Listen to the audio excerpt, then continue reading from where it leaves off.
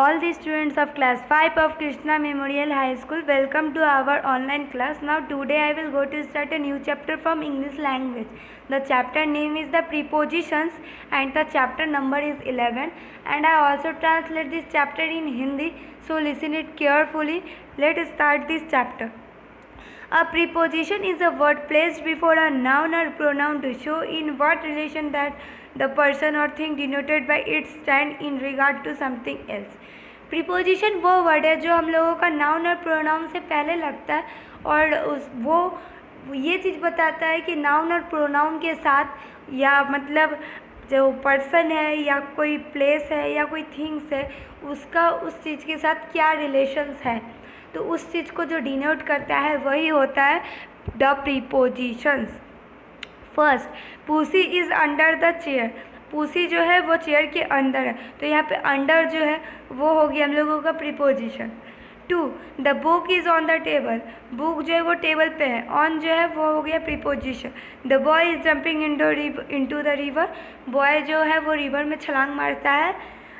Into जो है वो हो गया हम लोगों का prepositions. The girl is standing near the car. He is running around the park. तो here under, in, on, into, near, around, these are the preposition of these sentences. A preposition is used to show the relationship of a noun or a pronoun to another word. They tell us if the word are related by place, direction, time or purpose. तो यहाँ पे बोला गया है, जो मैंने पहले बोला कि प्रीपोजिशन वो वर्ड है जो नाउन और प्रोनाउन का रिलेशन बताता है जब वो किसी चीज़ से मतलब जुड़ा हुआ होता है तब, या किसी और भी शब्द का रिलेशन बताता है. First, a boy is standing between two man. Boy जो है वो दो आदमियों के बीच में है. Between, the water level is above then the danger point. Danger point से वाटर जो है वो डेंजर पॉइंट से बहुत ऊपर है. The tired man is standing beneath the tree.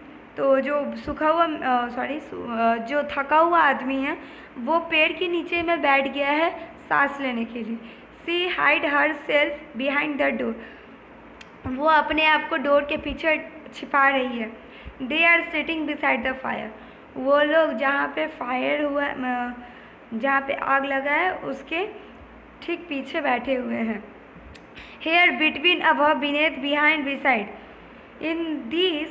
In the above sentence, the word between, above, beneath, behind and besides are preposition of also. They show the position of someone or something in the relation to the other people or thing. That is, in, at, on, over, near, along, alongside, in, front of, among, before, by. We use in when we talk of cities, countries and continents, means big places. जब हम लोग किसी place के बारे में बात करते हैं या सिटी, कॉन्टिनेंट्स, कंट्रीज़ के बारे में, तो हम लोग इन यूज़ करेंगे.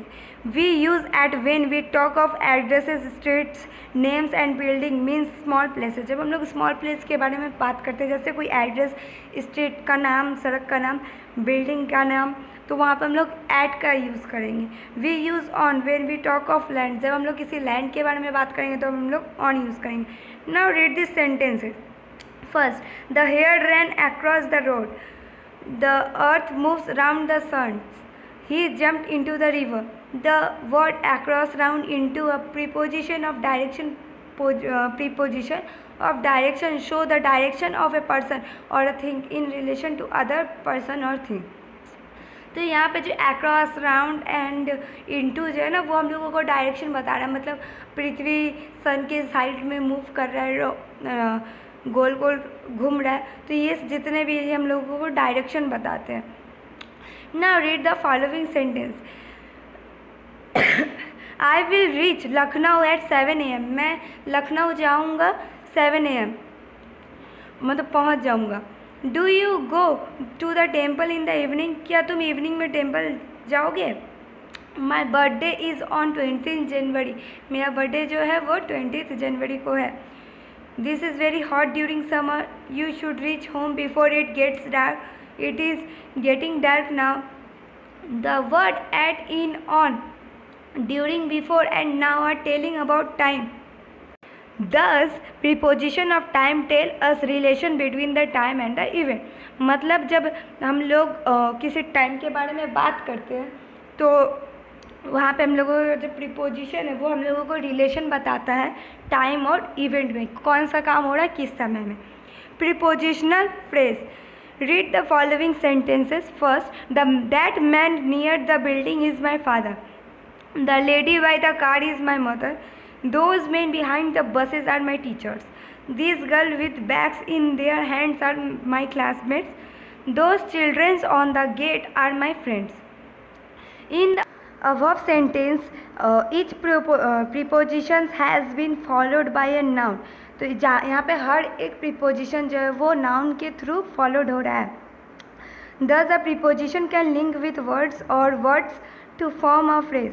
तो preposition जो है वो वर्ड या वर्ड्स के थ्रू लिंक होता है, किसी वर्ड में उसको पुट किया जाता है, मतलब बैठाया जाता है.